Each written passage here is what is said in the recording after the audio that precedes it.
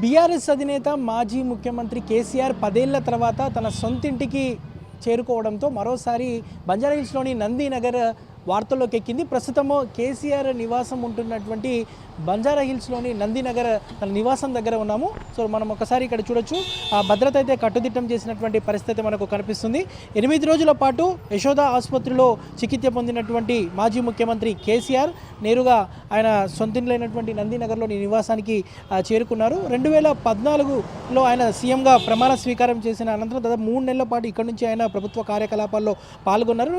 దాదాపు 3 నెలల పాటు. దాని తర్వాత పూర్తిగా ఆయన ప్రగతి భవన్ నుంచి ఆయన అంతా కూడా పాలనలో కొనసాగినటువంటి పరిస్థితి. దాని తర్వాత ఏదైతే ఓటమి తర్వాత కేసీఆర్ ఫామ్ హౌస్కి చేరుకున్నారు. ఫామ్ హౌస్లో కాలికి గాయం కావడంతో ఆయన తుంటి భాగాన్ని ఫ్రాక్చర్ అవ్వడంతో అప్పటి నుంచి ఆయన ఏదైతే నేరుగా యశోద హాస్పిటల్కి చేరుకున్నారు. యశోద హాస్పిటల్లో 8 రోజుల పాటు చికిత్స పొందినటువంటి కేసీఆర్ దాని తర్వాత నేరుగా ఏదైతే తన సొంతిల్లైనటువంటి నందినగర్లోని నివాసానికి చేరుకున్నటువంటి పరిస్థితి. ఇక్కడి నుంచి ఆయన ఎమ్మెల్యేగా, ఎంపీగా తెలంగాణ ఉద్యమంలో ఎంతో వ్యూహాత్మకంగా కీలక నిర్ణయాలు తీసుకున్నటువంటి ఇల్లు ఇదే అని చెప్పొచ్చు. వాస్తవానికి అతనికి కేసీఆర్కి ఎంతగానో కలిసి వచ్చినటువంటి ఇల్లు కూడా ఇదే అని కూడా వారి సన్నిహితులు కానివ్వండి, బీఆర్ఎస్ క్యాడర్ చెప్తూ ఉంటారు. అలాంటి నందినగర్ నుంచి నివాసం నుంచి ఆయన ఇక మీద పార్టీ కార్యకలాపాలన్నీ కూడా ఇక్కడ నుంచే వ్యూహరచనలు చేస్తారని కూడా పార్టీ వర్గాలు చెప్తున్నటువంటి పరిస్థితి కనిపిస్తుంది. మనము చూడొచ్చు కూడా ఏదైతే ఇంటికి సంబంధించినటువంటి మరమ్మతు పనులు కూడా ఇటీవల కాలంలో చేసినటువంటి సిచ్యువేషన్ ఉంది. 2021లో ఆయన చివరిసారిగా కేసీఆర్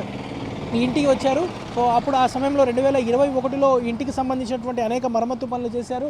ముఖ్యంగా ఏదైతే ఇంకో ఫ్లోర్కి సంబంధించినటువంటి వర్క్స్ కానివ్వండి, అంటే 3 ఫ్లోర్లలో ఈ ఇల్లంతా ఉంటుంది. సో దానికి సంబంధించి కొన్ని వర్క్స్, ఇంటీరియర్ వర్క్స్ కానివ్వండి, అవన్నీ కూడా గతంలో చేయించినటువంటి పరిస్థితి. సో ఇటీవల కాలంలో కూడా ఇటు పెయింటింగ్స్ కానివ్వండి, ఇతరితర కొన్ని వర్క్స్ కూడా ఇటీవల కాలంలో నందినగర్లో నివాసానికి చేయించినటువంటి పరిస్థితి. సో ఈ నేపథ్యంలో కేసీఆర్ ఇక్కడ నుంచే తన పార్టీకి సంబంధించినటువంటి కార్యకలాపాలన్నీ కూడా ఇక్కడ నుంచే నిర్వహిస్తూ ఉంటారు. సో ముఖ్యంగా ఇటు క్యాడర్కి కానివ్వండి, ప్రజలకు అందుబాటులో ఉండాలనే లక్ష్యంతో సో ఈ నిర్ణయం తీసుకున్నారని కూడా ఇప్పటికే పార్టీ వర్గాలు చెప్తున్నటువంటి పరిస్థితి ఉంది. సో యశోద హాస్పిటల్లో 8 రోజుల పాటు ఆయన ఏదైతే చికిత్స పొందినటువంటి కేసీఆర్ సో డిశ్చార్జ్ అనంతరం నేరుగా ఆయన సొంతిల్లైనటువంటి నందినగర్ నివాసానికి చేరుకోవడం, ఇక్కడ భద్రత కూడా ఒకంత కట్టుదిట్టం చేసినటువంటి పరిస్థితి ఉంది. ఈ నేపథ్యంలో ఇక్కడ చుట్టుపక్కల స్కూల్స్ ఉన్నాయి.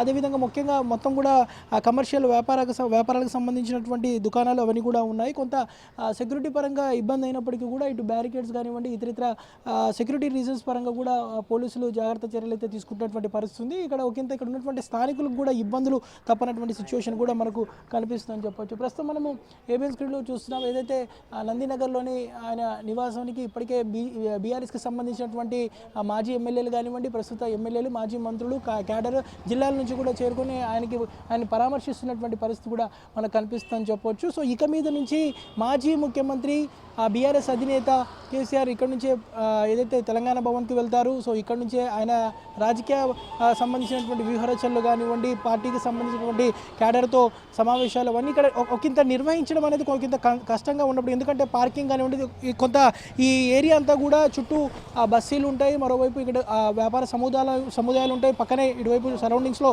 హాస్పిటల్స్ కూడా ఉంటాయి. కాబట్టి ఒకంత ఇక్కడ ఉన్నటువంటి స్థానికులకైతే ఇబ్బందులు తప్పవని చెప్పవచ్చు.